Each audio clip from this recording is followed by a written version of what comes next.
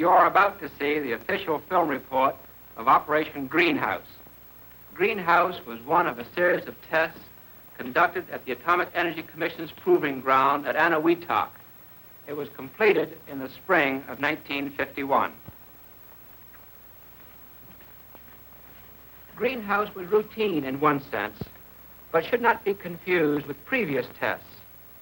Greenhouse has a place distinct and apart. While Crossroads tested the effects of atomic bombs and Sandstone concentrated on weapon improvement studies, Greenhouse was planned to further both of these achievements and more. Specific purposes of Operation Greenhouse, now accomplished, stand out. A, lighter and smaller and more efficient weapons for our atomic arsenal. B, offensive and defensive effects information on animals, structures, aircraft, tanks, and so forth. C, basic experiments of the thermonuclear problem. We believe this film to be a true presentation of the operation. It stresses underlying themes, the reasons for Greenhouse. It cannot always give credit to the thousands of individuals who made it possible. As commander of Joint Task Force 3, I invite you to see a documentary portrayal of an operation which many agencies and unnumbered men achieved in the Central Pacific, an atomic test.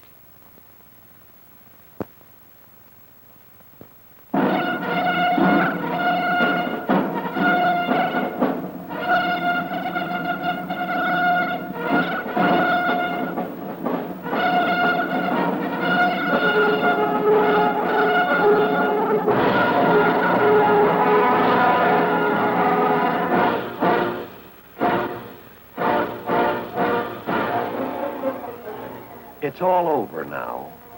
Only the radioactive dust of the 4 test shots remains. Operation Greenhouse is history. But if this be history, what does it say? What was learned from the shots fired at Runit, at Engebi, at Eberiru in the spring of 1951? What was done to warrant the expenditure of thousands of man-hours of work, of millions of dollars? Just what significance does Greenhouse have in the gallery of atomic tests? Operation Greenhouse, Joint Task Force 3, starts like a puzzle with 1,000 scattered pieces. One of these pieces fits into place at 12th and Constitution, Washington, D.C. This is headquarters for Joint Task Force 3. Here, during the greater part of 1950, activity centers around complex organizational problems. This is the clearinghouse, the meeting place, where both the services and the scientists work out mutual problems. Here, men come to grips with the 1,000,001 details connected with an operation of the magnitude of Greenhouse. Details that can become as wearisome and heavy as an aching tooth, but which also cannot be ignored. Consider just one item, transportation. Docks and ships, airfields and planes, plotted on sheets of paper, on schedules. 14 to 15,000 tons per month by water, outward bound from San Francisco, 5 days to Hawaii, 6 days to Anahuac. Transportation for normal cargo or high priority cargo. Transportation by air, 7,300 passengers, 940 tons of freight from the United States to Kwajalein, to Anahuac.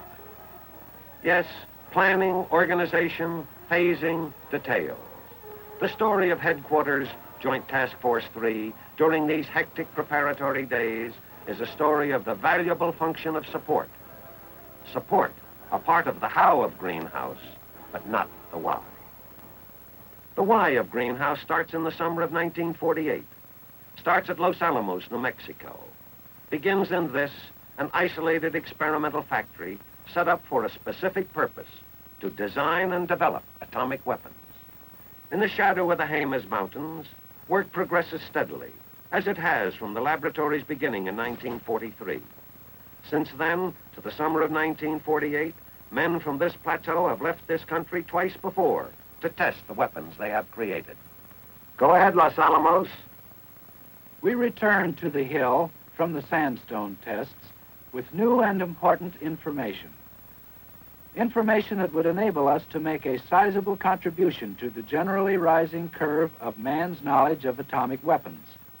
Information that would help us tackle basic problems involved in high explosive systems, pit designs, core arrangements, initiators. Information that would enable us to increase the small percentage of active material that actually burns during fission. The more efficient use of fissionable material has been and continues to be one of our main objectives, for it is the fissile material itself, whether uranium-235 or plutonium, that is the expensive, the elaborately complicated material to produce.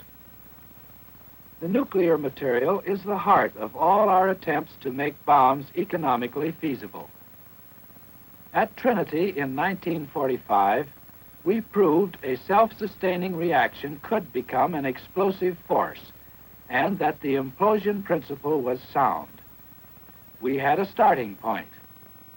The drops on Japan were strictly a war measure. At Hiroshima, we tried the gun principle and also used uranium for the first time. The Nagasaki weapon was an implosion type using plutonium. Little or no controlled experimentation was possible. Thus, little data was obtained which furthered the progress of weapon design. As a result of the Japan detonations, the effects from an atomic explosion became of prime concern to the armed forces. Thus, Crossroads with its two plutonium-type weapons, both using an implosion system. At Crossroads, since we were mainly interested in testing naval materiel, little data was obtained from the Able and Baker shots on weapon development. However, significant effects knowledge was obtained. Stateside laboratory research, in the meantime, developed new weapons for the Sandstone tests. At Sandstone, we were once again able to tackle the big problem, more efficient use of fissile material. Here, we were able to utilize uranium-235 in an implosion-type weapon. So, as time went on, we had increased our knowledge of weapon design and had, therefore, increased yield per kilogram of active material. This is where we stood by the end of Sandstone. But, while this was satisfying progress, new possibilities already loomed on the horizon. Even while still unpacking our suitcases from the Sandstone tests, thinking was in order for the next operation, for a new test program, Greenhouse. It is apparent that controlled testing, such as that at Trinity and Sandstone, is essential for continued progress in the development of atomic weapons. It is equally obvious that testing at a proving ground is to be a permanent feature of our work. So a proof test division, known as J Division, is organized. Dr. Alvin C. Graves is selected to head this division, a unit with the specific job of testing weapons. By autumn of '48, a test program is framed. This calls for experimentation of new weapon designs with the objective of again moving our knowledge curve upward to a more effective level.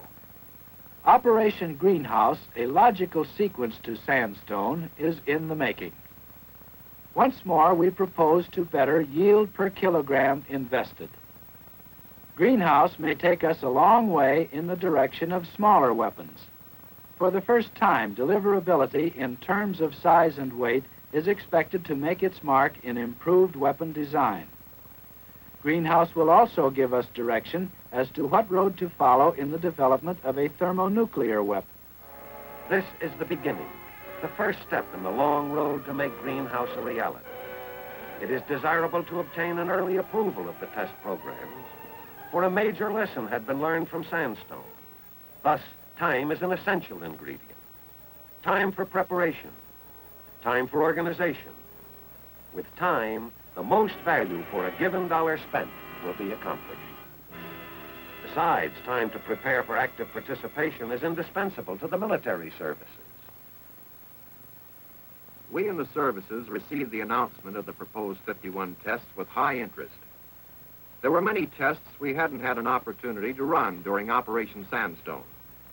As a result, there were gaping holes in our offensive and defensive thinking about atomic weapons. Naturally, then, we were anxious to conduct experiments in an operation such as Greenhouse. At first, each service worked out its own program separately. Working independently in this way, there was overlapping and duplication. Later, we began to condense our tests into a unified, workable program after we had met with AEC scientists and understood more about the test shots and the limitations facing us.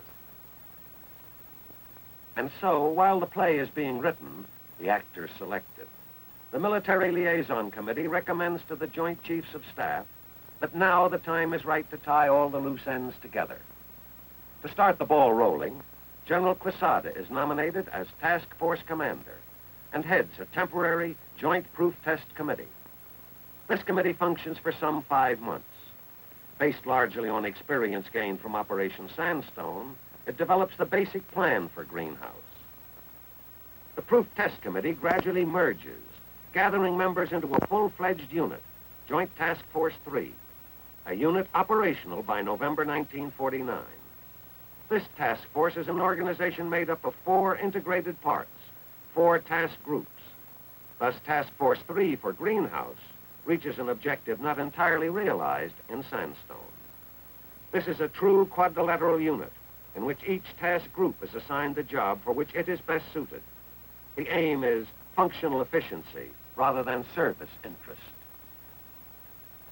In essence, the mission of the scientific task group is to prepare, arm, and fire the test weapons, to conduct the experimental programs for the Atomic Energy Commission and the Department of Defense, and to operate and maintain the necessary base and laboratory facilities for conducting experiments. The Army Task Group will provide the necessary men and equipment to rehabilitate Eniwetok Island, and will continue to operate and maintain the island during the operational period.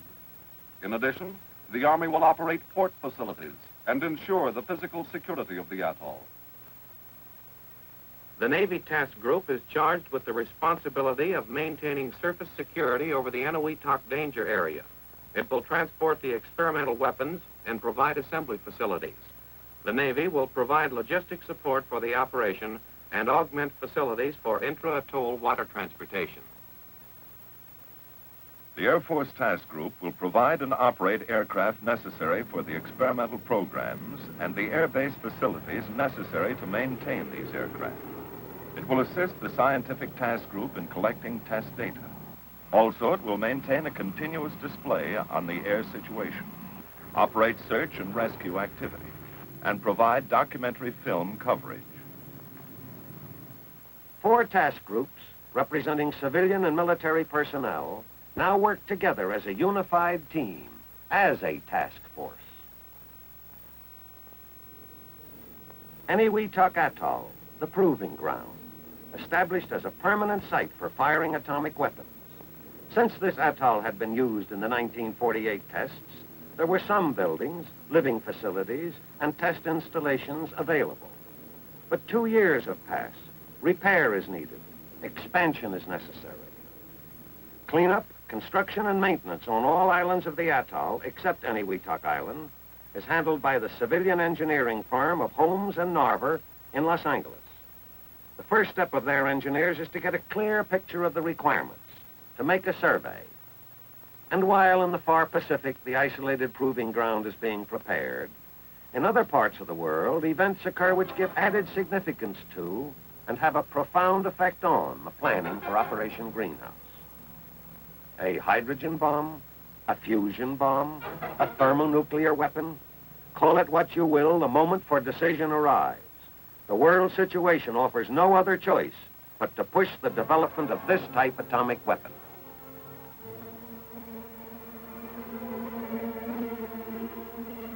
A thermonuclear reaction. We know the reactions on the sun are of this kind, probably the slow fusion of hydrogen taking place over millions of years. Our problem is also to produce a fusion reaction, but that is as far as the similarity with the sun goes. We can't wait 1 million years. Ours must be here and now and explosive.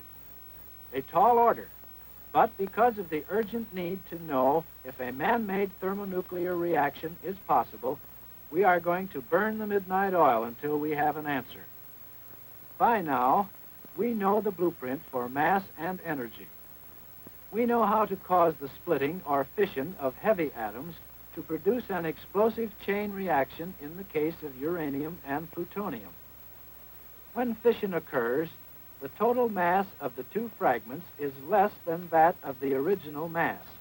That difference is energy.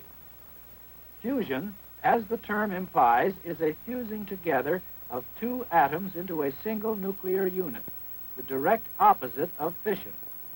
But still, for light atoms, the new mass is less than the combined masses of the original atoms. The difference, again, is energy. However, energy from fusion weapons, theoretically at least, is unlimited. Unlike the critical mass limitations of uranium and plutonium, any given amount of active fusible material can be assembled to produce an explosive force. All this is true if a suitable material is available. Ordinary hydrogen, the common element used so frequently and inexpensively, fuses and produces energy on the sun. But on Earth, ordinary hydrogen atoms do not easily fuse. Simple hydrogen is definitely not suitable as a thermonuclear fuel, but it is believed rare forms of hydrogen will work. So, one of our first problems is to experiment with an isotope or isotopes of hydrogen. Work with materials capable of undergoing an ignitable, self-sustaining nuclear reaction. If we can prove that it is possible to achieve a self-sustaining nuclear fusion reaction in a small quantity of material, we will have a starting point. We're going to try to be ready to attempt the test of a measurable thermonuclear reaction in a little over a year on Operation Greenhouse. Not only is work intensified at Los Alamos and many other labs and installations in the United States, but also in Eniwetok Atoll, engineering work is rushed to make possible the test by the spring of 1951. Construction starts from the ground up and grows into a proving ground.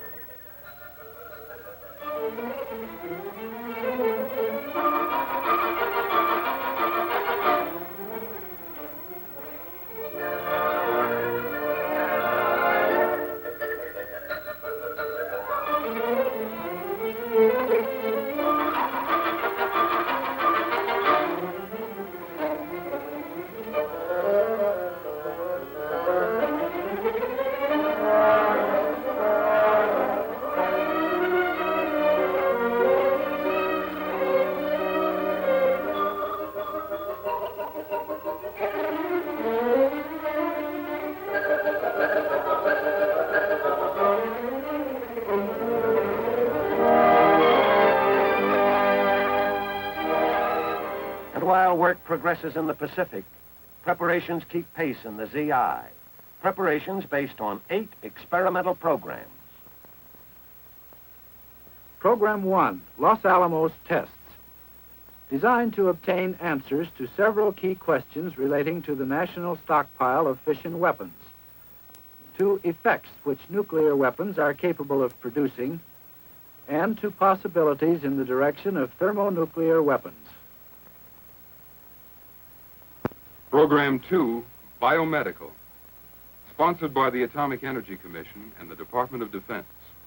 It will consist of the measurement and recording of the effects of the atomic explosion on animal and plant tissues. Program 3, sponsored by the 3 services. The response of various types of buildings to the atomic explosion will be measured and analyzed and will provide a test of various types of blast-resistant construction. Program 4, Cloud Physics, sponsored by the Air Force, will consist of the measurement of physical phenomenon accompanying the cloud which is formed after the atomic explosion. Program 5, Radiological Instrument Evaluation, is sponsored by the Army and Navy. Its object is to evaluate equipment which has been designed by the services for use in detecting the radiation produced in an atomic explosion.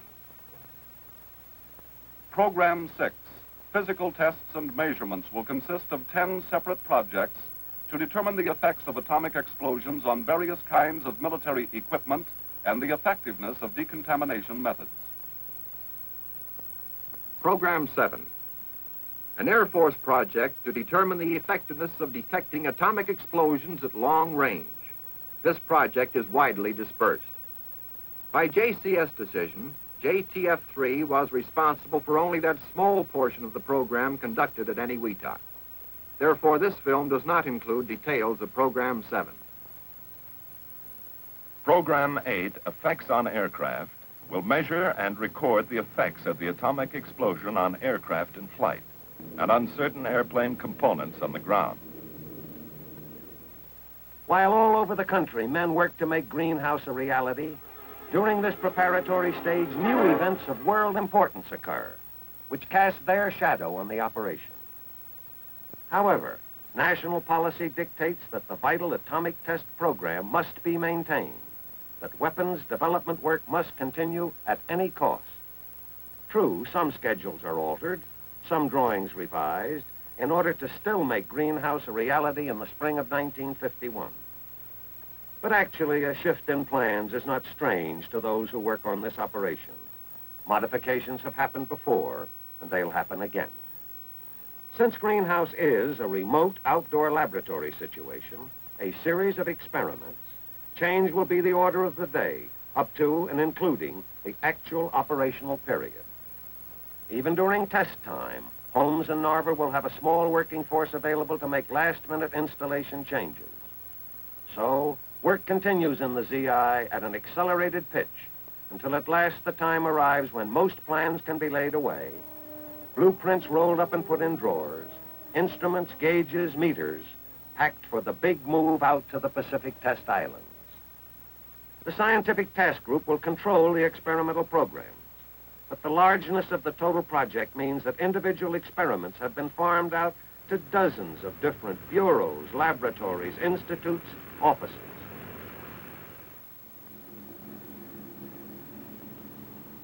Some of us had never seen Eniwetok Atoll before. We had studied charts, of course, but we were more interested in the real thing, especially in the headquarters islands and the test islands. Eniwetok Island is headquarters for the Army and Air Force task groups. Perry Island is headquarters for Joint Task Force 3 and for the Scientific Task Group. This operation, unlike Sandstone, is land-based. Headquarters for the Navy Task Group is aboard the Curtis, anchored in Eniwetok Lagoon. Moving north up the chain, Runnet is the site of the first shot, codename Dog. Still moving north, Ibariru Island is the location for the third shot, codename George. Engebi is at the top of the chain and is the test island for the second shot, codename Easy, and for a possible fourth shot, codename Item. Over this spread-out atoll laboratory and over the surrounding rectangular danger area 150 by 200 miles, the Navy patrols, maintaining a security watch. The 5,000-mile trip from San Francisco to Eniwetok is over. We settled down in the tropical aluminum barracks that are to be our home for the next 5 months. There isn't much to do out in the islands but work, and there is plenty of that. Instrument footings, recording stations, coax cables, and the like are in, but this is just the beginning. All of the elaborate test instruments brought from the States must be installed.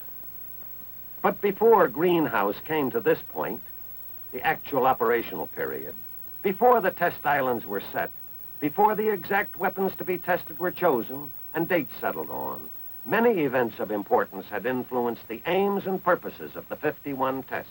Okay, Fred, let's go ahead on that basis then. You'll have to check up with EG&G to see if they're set up for that sort of thing. Right. Okay, Fred. Well, what's your problem, Bowen? Isn't history being written fast enough? I'm afraid too fast for me, Dr. Graves. I have trouble trying to keep up with it. In preparing the chapter on the selection of weapons for the greenhouse report, I have difficulty in following through the historical development. I wonder if you could give me a summary of the changes. I can understand your difficulty. Things have certainly changed often enough. First, let me discuss briefly this business of change, flexibility in our work. From our point of view, flexibility in testing is a necessity. If we were completely sure about our weapons, if everything were cut and dried, there wouldn't be much point in running a test such as Greenhouse. Being absolutely sure is a tall order, and being mere men, we're not infallible. Hence, we must anticipate program changes. I can understand the necessity for change. It's the historical sequence that bothers me. Well, now to outline the more important changes. After Sandstone, in the latter part of 1948 and 49, we were thinking in terms of a three-shot program. Work starts at Run It, Zero Island for the first test shot. The plan is to concentrate on one test shot at a time. So, effort now centers on this finger-shaped bit of coral soil. The 300-foot tower to hold the first test weapon is ready. As close to 7 April as will be feasible.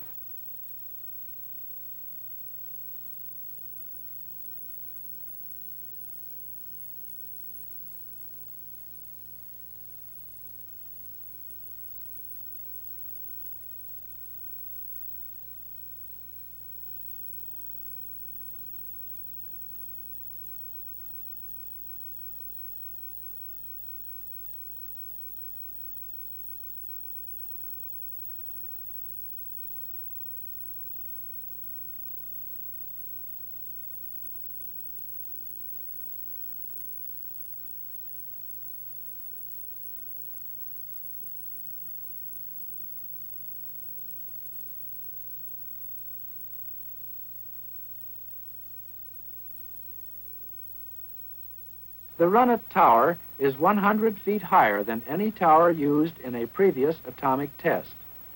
This increased height will allow a better fireball to develop and therefore provide a better measurement of yield. This added height also cuts down ground dust, lessening fallout contamination. Natural phenomenon is under continuous observation by the meteorologist. He closely watches earth and sky and sees much more than just heat or cold, wind or rain. For two reasons, weather is an important factor in every atomic test. First, a day must be picked when visibility is good for photographic records. Second, a day and time must be selected when wind and rain do not adversely affect radiological safety. Talk about a spread-out project. Weather units are all over the map. An aerial recon unit is based on Kwajalein. This unit is made up of 12 B-29s modified for weather reconnaissance work. They fly 3 triangular tracks every day out of Kwajalein and radio in weather information every 100 miles. Then there are 4 fixed weather task units on outlying islands at Kusai, Nauru, Majuro, and Bikati. Here is one of the stations, Majuro.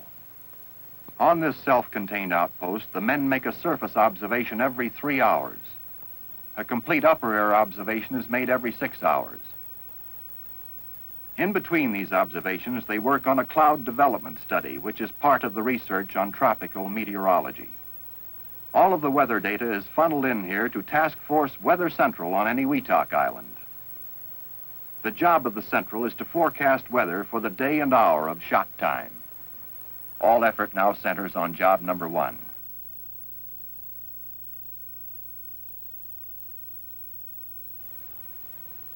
Those of us from the scientific task group are here essentially to confirm or disprove theoretical calculations, to learn what is not always possible to prove in a conventional laboratory. To learn more about the atom bomb, we divide our testing into 2 major areas: diagnostic testing and effects testing. More specifically, diagnostic tests are an extensive examination of the phenomena occurring during the initial phases of the explosion. Effects tests study the external manifestations of the explosion, the effects of the weapon. To gain an intimate understanding of interior weapon behavior, 3 kinds of diagnostic measurements are made. These are the time it takes to start the nuclear reaction, transit time; the rate at which the chain reaction multiplies, alpha measurement; and measurements of the total energy released in the nuclear reaction, yield. Most of the diagnostic data is available only during the early microseconds of the nuclear reaction, and extensive instrumentation is required for each detonation. Transit time data, which gives information on the HE system, is cabled down to a recording station and measured by sweep oscilloscopes. Transit time instruments are wired into the same circuit that triggers the detonators of the weapon. Because they are activated by the same impulse, they can literally measure the duration of the implosion, or the time necessary to condense the nuclear material to criticality. Transit time is the interval, then, between the impulse and the appearance of the first gamma ray, which signals the beginning of the fission process. The oscilloscopes are extensively photographed during their microseconds of operation, since transit time is an important index of implosion efficiency and offers a good check of weapon design. The second phase of diagnostic experimentation, giving information on the internal workings of the core, is the alpha measurement. One way to obtain this data is to locate an ionization chamber adjacent to the weapon itself. Other ionization chambers, located at ground level, detect later stages of the alpha phenomena. Measurements of alpha give valuable information on the multiplying qualities of the fissionable assembly. The multiplication rate is vital.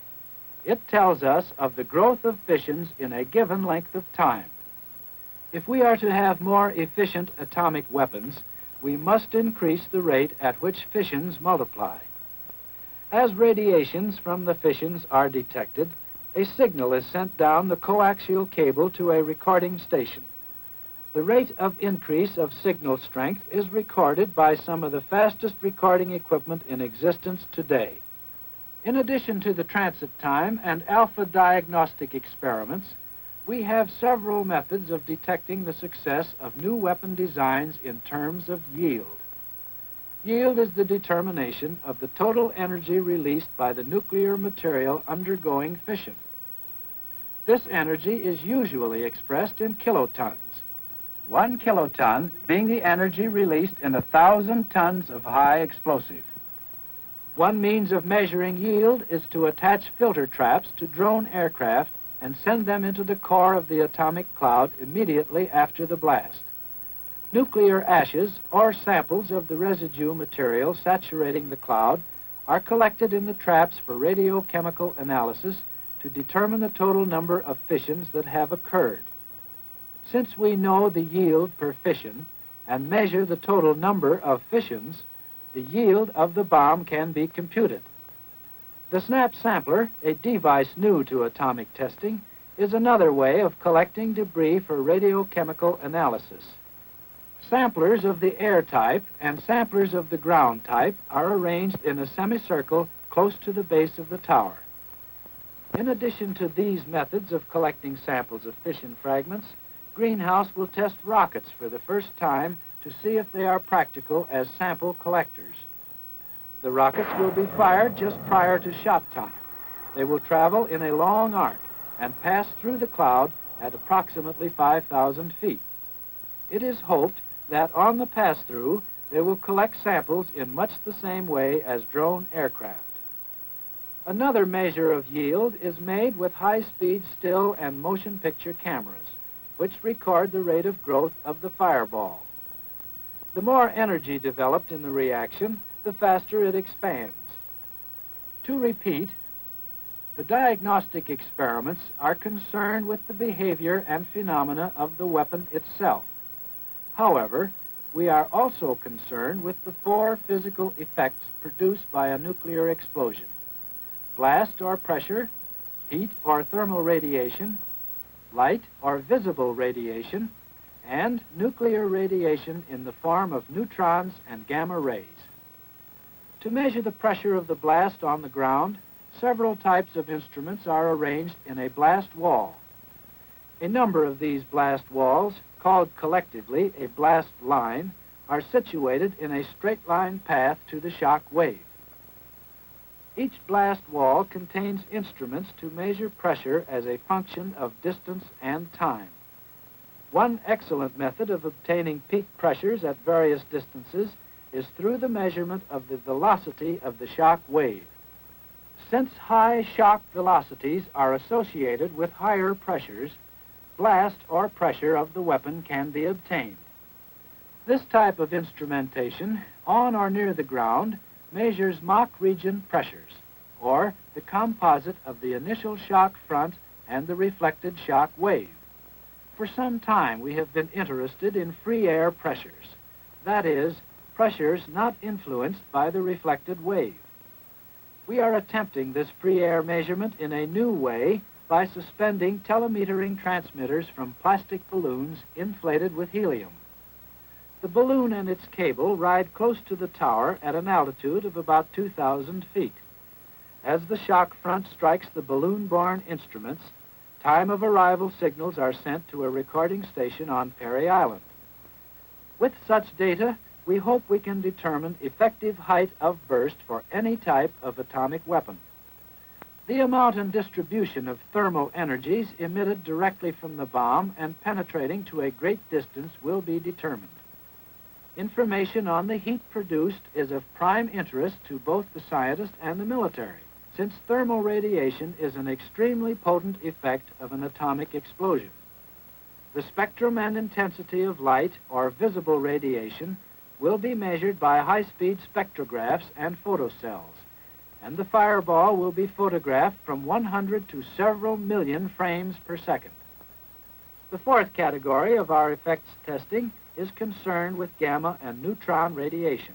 The photographic neutron experiment, PHONEX, will enable us to learn more about all portions of the neutron spectrum.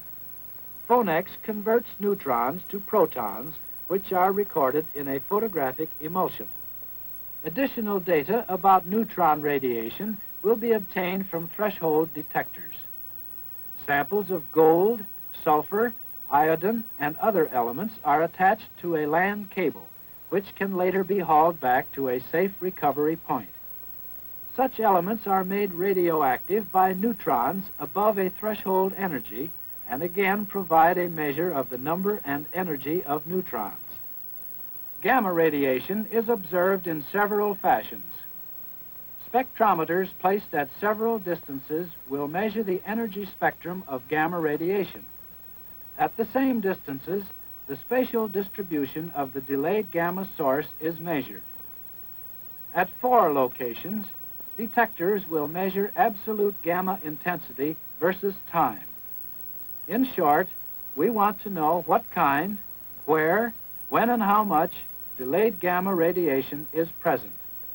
These measurements are needed if we are to calculate the shielding properties of our shelters or to estimate the required shielding at a given distance. Thus, all effects measurements are made to help us in both civil defense and military planning. Only one day over schedule.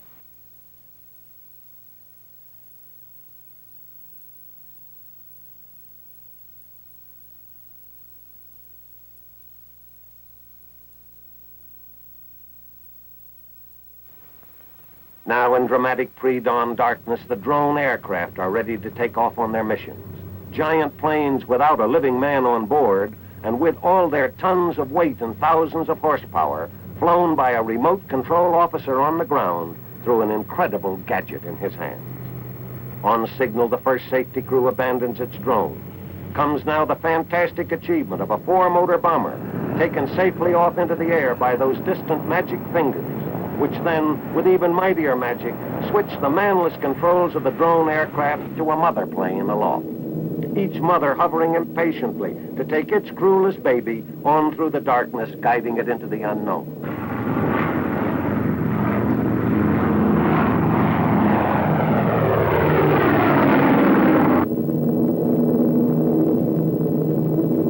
To top the fantasy of the cruelest bombers come the fighters.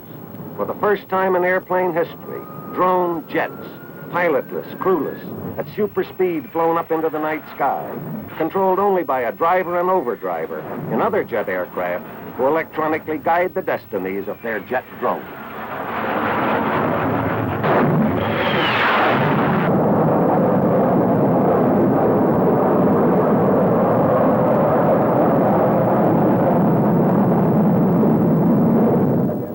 The general location of all aircraft must be known for safety purposes, but the exact location of each blast measurement aircraft and filter collecting drone is an absolute must.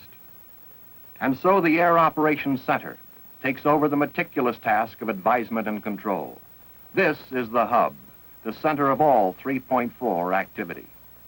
Here in the center is maintained a continuous display of all air activity in the Eniwetok area. Air defense for the protection of this atomic proving ground, search and rescue operations. But the main concern of air operations is during shot time when test aircraft hold the center of the stage.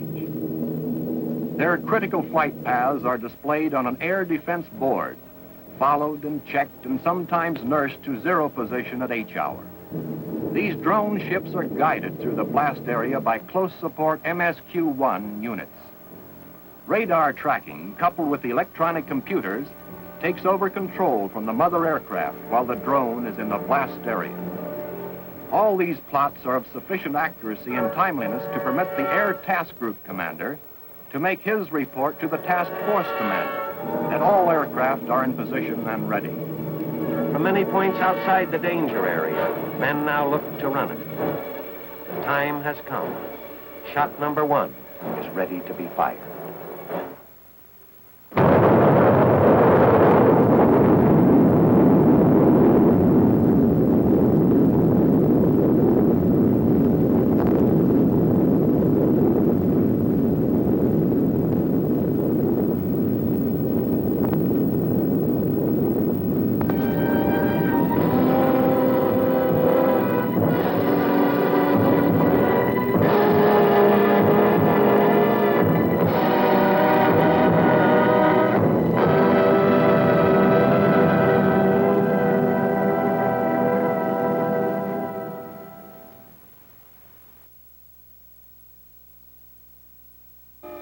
One of the most impressive manifestations of any atomic blast is the cloud, containing the unburned particles of the reaction, the heavily radioactive nuclear ashes.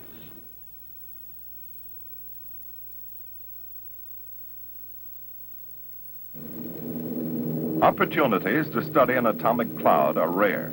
To learn more of its characteristics, a separate program, Cloud Physics, makes a detailed study of phenomena associated with it. While drone aircraft are used primarily to gather samples for radiochemical analysis of the cloud and to study blast effects on aircraft, we take full advantage of them in running additional experiments. Instruments in these aircraft automatically record air temperature, humidity, pressure, and airspeed. In addition, 2 B-50 aircraft, beside their regular mission of blast measurement, mount cameras which record the dimensions, rate of rise, and the diffusion of the cloud. This type information gives us better understanding of cloud construction and behavior. Such information would have particular importance in developing a warning system which would tell air crews when they are approaching a radioactive cloud, so that they may turn aside to avoid damaging radiation. The Cloud Physics program is also making a detailed study in wind measurement to gain a more complete understanding of the structure of the negative wind or afterwind following the blast wave. Here we return to collect the records from one of our wind measuring devices. Altogether, there are 27 such instruments located at varying distances from point zero. All of the studies under the Cloud Physics program will help contribute to a better understanding of the aftermath phenomena of an atomic blast. Drone planes. Practically every one of the 8 programs has some test gadget in, or out of, or hanging on to this remotely controlled guinea pig. As soon as each shot is completed, the task of compiling and computing test data moves into high gear. Some of the test measurements, as for instance the Los Alamos filter trap samples, need to be quickly shipped back to the laboratories in the States. An airlift, the Pony Express, is in operation for just this purpose. Dwarfed by the C-54s, the small liaison planes are another kind of airlift. They are island hoppers, transporting personnel around the scattered facilities of this proving ground. At first, traffic was heavy to run it. Now it concentrates on Engebi, Zero Island for test shot number 2. Preparations for this shot are going on up and down the atoll. For instance, on the way up to Engebi, you pass a small island near Parry. Interesting events are occurring on this heavily vegetated island, seemingly tranquil and forgotten in the midst of all the turmoil. This is the island home of some 200 dogs, 200 pigs, and a mere 12,000 mice. This is Japtan Island, headquarters for Biomedical, Program 2. And this also is our home. While we work with complicated instruments, gauges, and chambers, our main instruments are simply animals. We started here nearly a year ago. We brought in parent animals so their young would be native-born, completely acclimated animals. This method helps us avoid alien environmental influences. Control, as in most of the sciences, is the thing we work hard to attain. And control is the principal reason why mice, pigs, and dogs are being used. They are standard laboratory animals we've worked with for years. It's possible to highly inbreed them and produce beasts of the purest blood strains. This means control, or accurate results. Yes, we've been here for months now. The young have grown up and are ready to help us gain valuable information and facts on the treatment of human casualties in case of an atomic war. A few hours before zero time, we will gather up our animals and move them into position for the Engebi blast.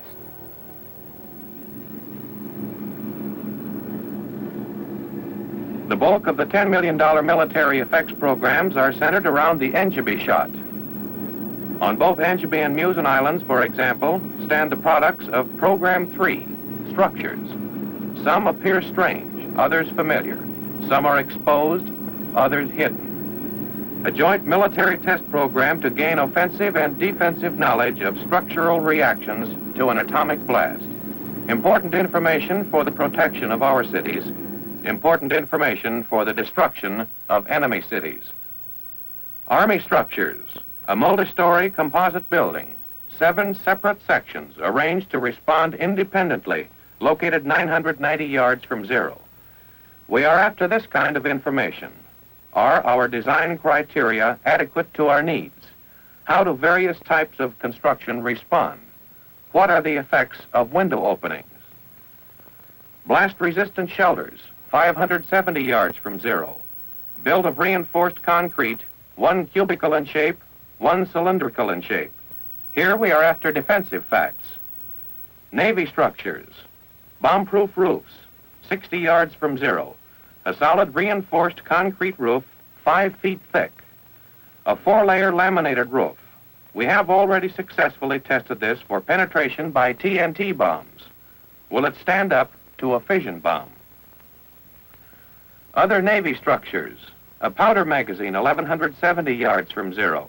A concrete arch. We ask another question. What is the effect of a curved surface to atomic blast? And still another question. What blast protection will panel veneer provide? In all of this, the Navy is after defensive information. Air Force structures, an industrial building with long spans. A building representative of possible targets in such industries as aircraft assembly. Close by is a scale model of the same type structure. This is representative of an attempt to gain an understanding of atomic blasts on structures by using cheaper scale models. A short span industrial building, representing a light manufacturing plant. A 2-story brick building, a structure representative of urban dwellings in many cities. The Air Force is mainly interested in offensive data, height of burst, number of bombs, 0 point, all to ensure maximum results on a target. Program 6, Physical Tests and Measurements. Generally, you might say ours is a defensive program. we're trying to find out the best ways of protecting ourselves and our military equipment from an atomic detonation. Take tanks, for instance. What effect does blast have on armor and armament? What pressure is built up inside a tank? What is the temperature inside? What is the effect of radiation at various distances on crew members? And can they continue to fight? To answer such questions, we have placed Sherman tanks at 500, 750, and 1,500 yards from zero and instrumented them. And then we would like to know something about thermal radiation, the heat in light, and the effect of such heat at various distances upon items such as woods, paints, plastics. Another point, we're not satisfied with our knowledge of the fallout of atomic particles over a wide area. These glass collector plates coated with Vaseline will be placed on 9 islands of the atoll to gather samples. Filter materials must be tested to check their efficiency for gas masks, large air filters, and the like. All of these and many more questions to be answered. Important questions for military preparedness. Important data for civilian protection. Although the Air Force has dropped live bombs on targets, actually little is known about the reaction of striking aircraft to atomic blasts. It is the purpose of Program 8, Effects on Aircraft, to gather more controlled data on the tactical employment of bombing aircraft, and also to find the modifications necessary to the structural design of present and future airplanes. These tests will take place in the air and on the ground.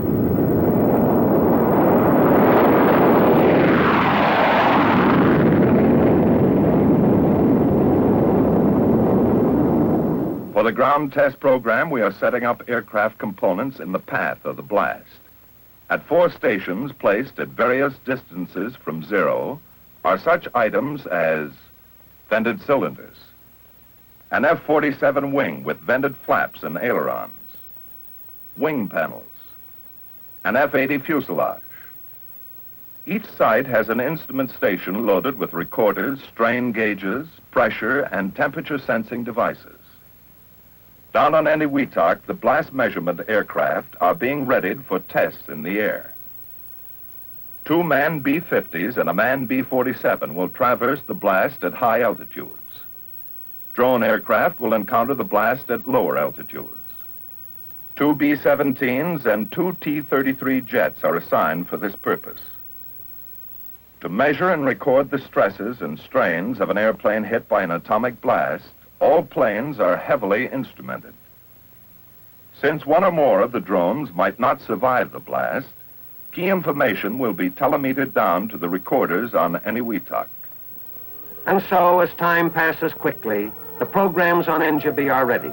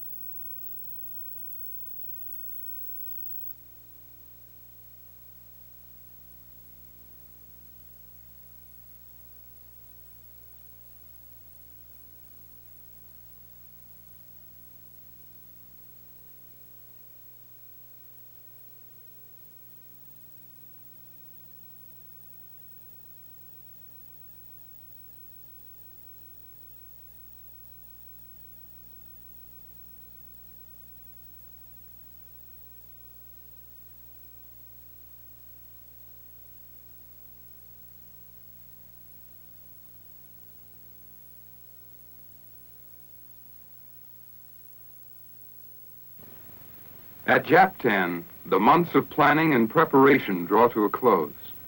Our time has arrived.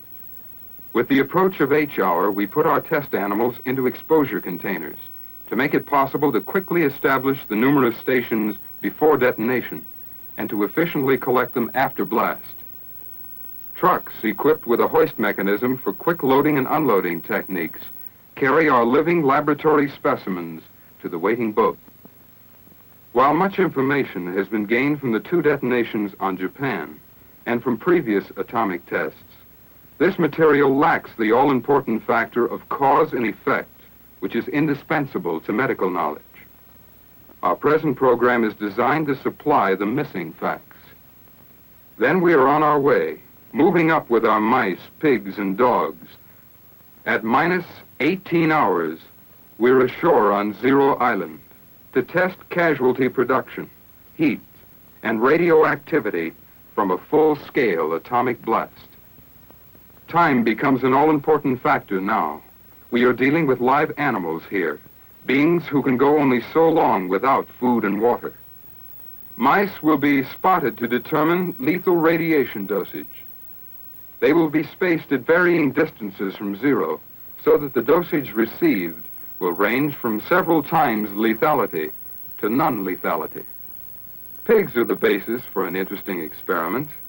Since pig skin is similar to human skin, these animals will give us important information on thermal burns. To make certain we get this kind of data, the pigs must be anesthetized to keep them in position. This special station protects the pigs from blast and nuclear radiation, leaving the way open for our study of thermal radiation. During the explosion, a shutter, like a camera shutter, will travel across the cage opening to give information on the time of burning. This will enable our scientists to make a full-range study of thermal burns at varying distances from zero. Filters are also used to determine whether ultraviolet, visible, or infrared causes the burns. Well, our job is over for the present. Now all we can do is wait. Wait and hope that what we learn here will make invaluable contributions to pure science.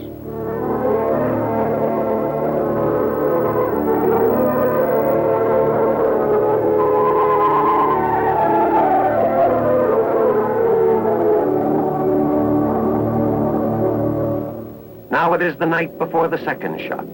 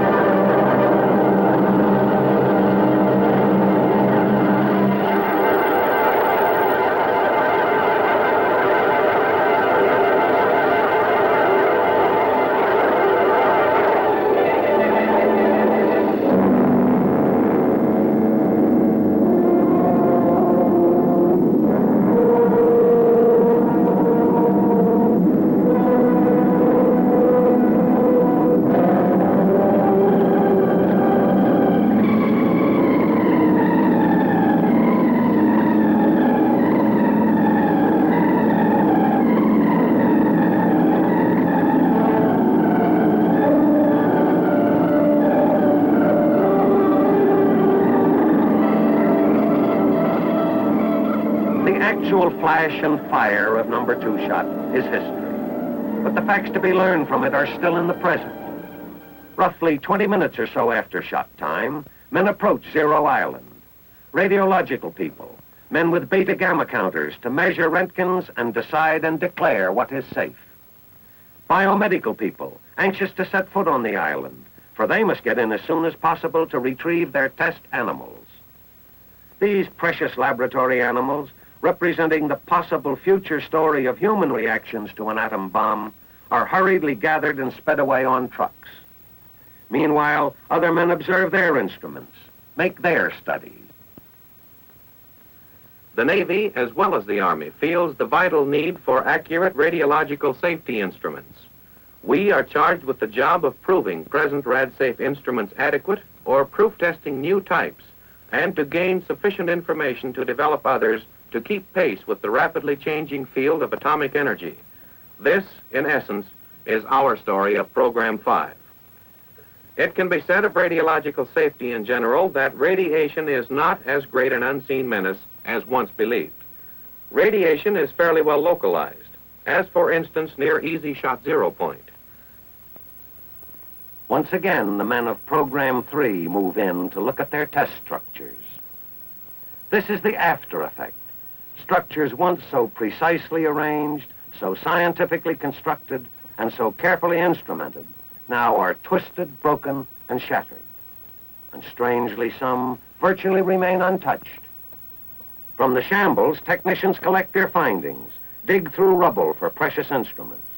Data will be collected from these and from high-speed photographic records. Special cameras that have recorded the collapse of a wall or the sudden shattering of a complete building.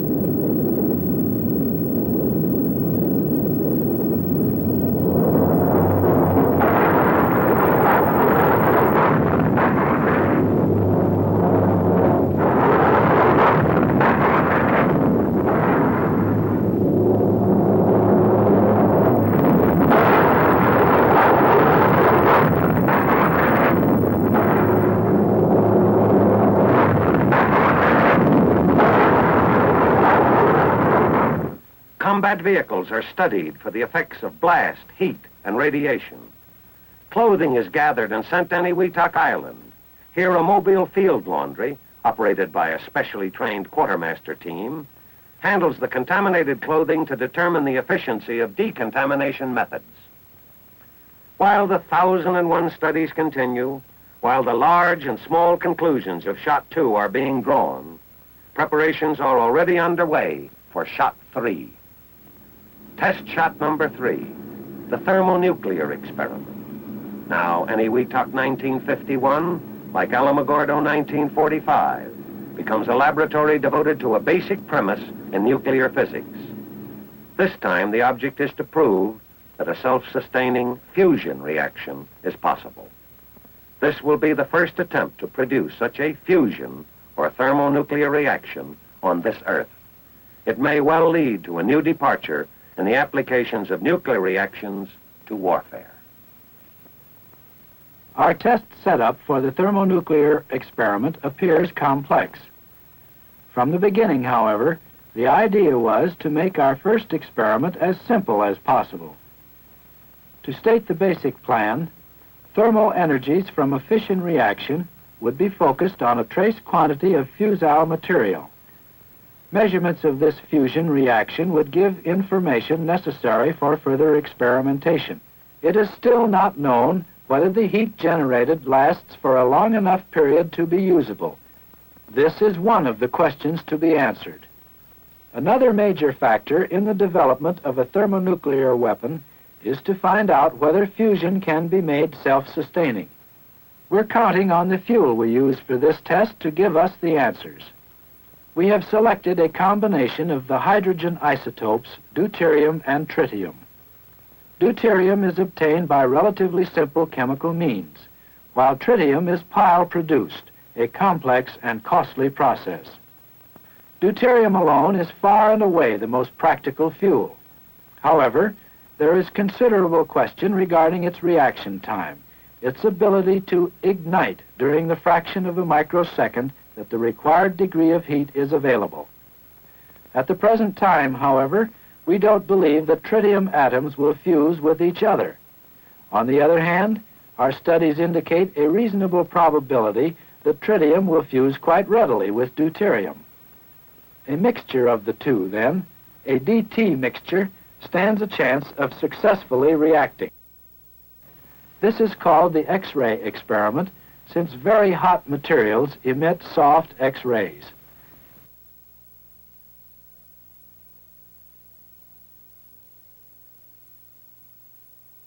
The data is transmitted by coaxial cable to a recording station. Inside the thick walls of the recording station, oscilloscopes receive and record the data in the fraction of a second before the tower and all the instruments are consumed in the explosion. Another measurement of the thermonuclear reaction is the diagnostic neutron experiment, called DYNEX for short. When the deuterium-tritium reaction occurs, a high-energy neutron is left over. We have calculated that this neutron will have an energy of approximately 14 million electron volts. As the reaction goes through the DT compound, there is a rapid increase in the number of neutrons emitted. If the thermonuclear reaction occurs with reasonable efficiency, a substantial quantity of 14 MeV neutrons will be given off.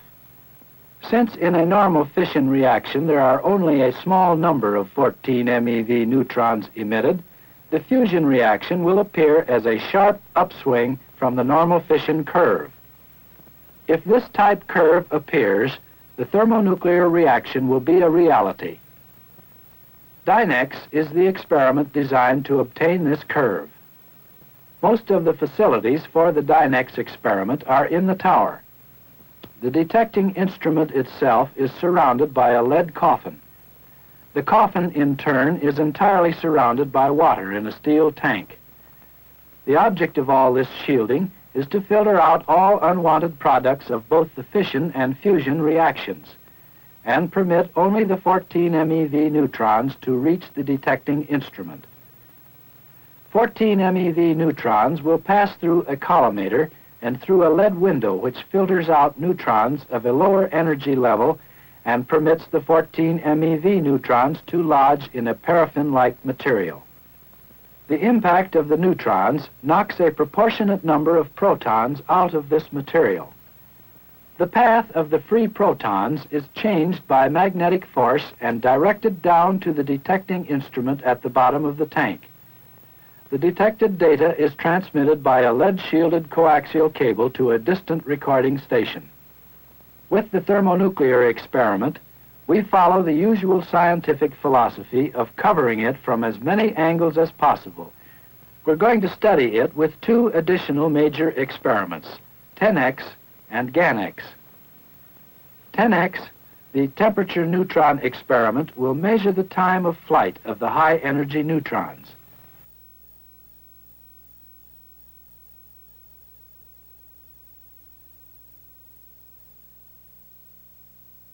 Will detect 14 MeV neutrons using a neutron gamma reaction. The gamma rays will be collimated down through lead blocks to a detecting station similar to that used in the X-ray experiment.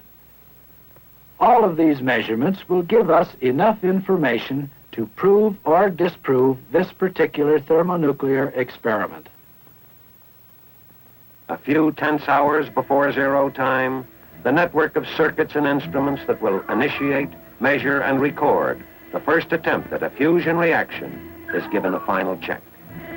What is learned on Eberiru Island can have far-reaching effects on the atomic energy program. For if the correct trace appears on the face of the oscilloscopes, a new enterprise may be launched in nuclear physics. In 15 seconds, H minus 1 minute. 10 seconds. 5, 4, 3, 2, 1, H minus 1 minute.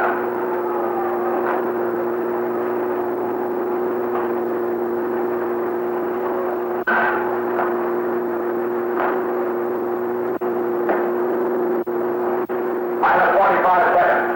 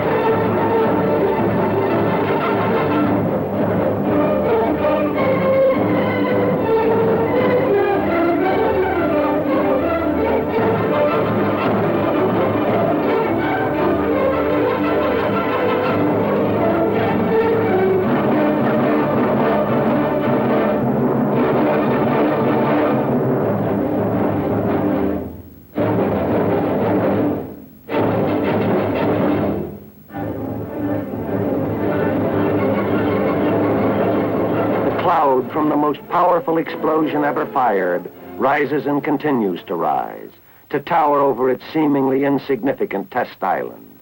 At the last hour, George shot was changed to a daylight test because of adverse weather conditions. And we see it now, a magic ginny released from its bottle, growing larger with each passing moment, swirling, churning, boiling, a thing the likes of which has never before been witnessed. Ice caps formed and broken and formed again. From our vantage point at 13,000 feet in the nose of a B-17, the shock wave finally strikes, causes the cameraman to lose for a time that which he follows in awe and fascination through his viewfinder. Closer and closer to the symbol of 220 kilotons of energy release.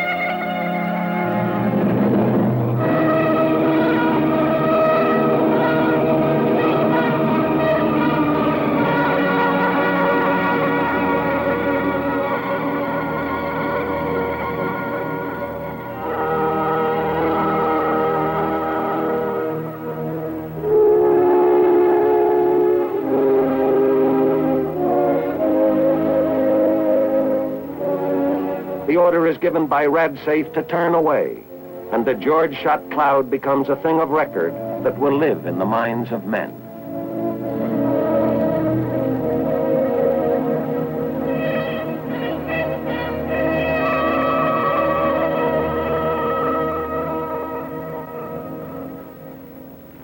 Down on Ibariru, after moving up to the island 3 hours after zero time and getting clearance from the helicopter radiological safety monitors, they re-enter their laboratory.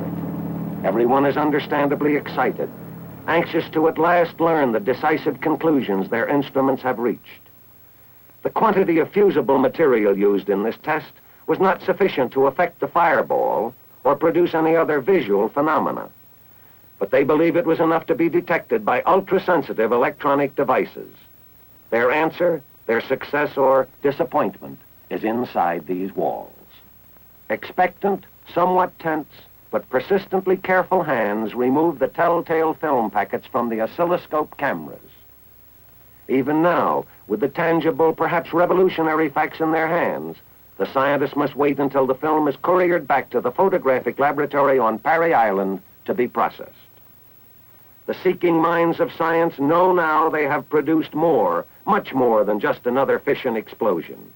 There is not only a trace, but a significant graphic account of the first self-sustaining nuclear fusion reaction ever achieved on Earth. It was a gamble like most scientific experiments, but it worked. With shot number 3 over and done with, work is pushed on the tower for the 4th test, the item shot on Engebi. Since the test with the booster is a type of thermonuclear experiment, instrumentation will be much the same as that used on the Ibariru shot. Normal implosion acting upon the uranium causes fissions to occur. At the same time, heat is produced which causes the DT mixture to react. This fusion reaction in turn causes neutrons to be thrown out, which causes further fissions to occur in the uranium. More heat is produced, more neutrons emitted, and so on, until the fission reaction is boosted to a point where it can no longer contain itself.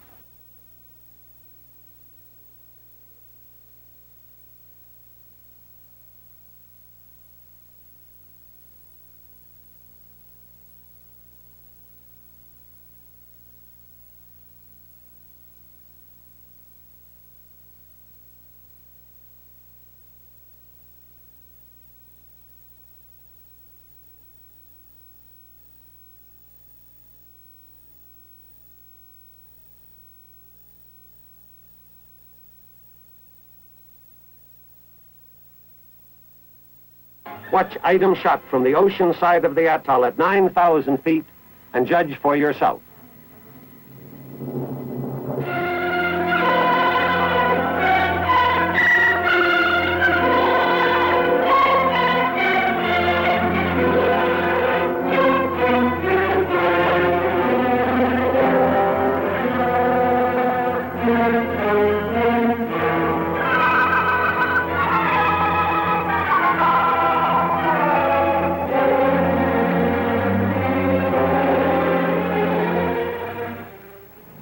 The story of Operation Greenhouse comes to a close.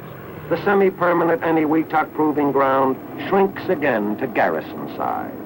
The shop is closed until the time comes when desire for further information about atomic weapons dictates another test operation. In the large frame of the atomic program, Operation Greenhouse was a soundly successful experiment.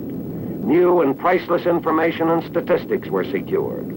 Previously unknown factors were established.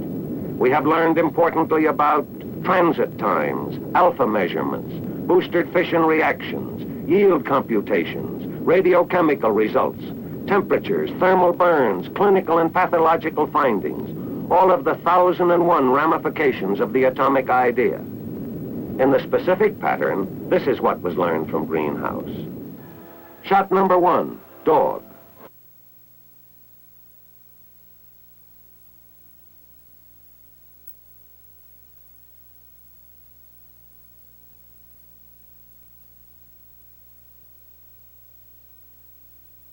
Shot number 2, easy.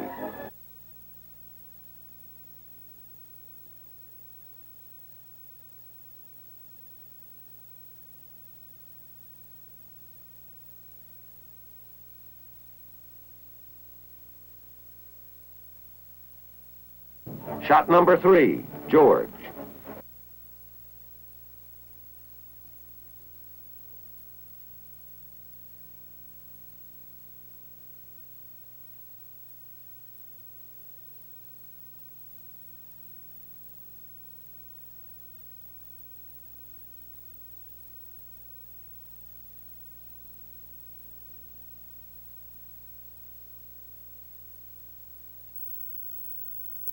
Shot number 4, item, a twofold experiment.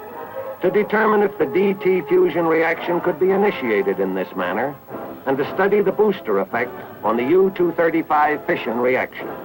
The experiment was successful. A yield of 46 kilotons was obtained. Fission weapons proof tested.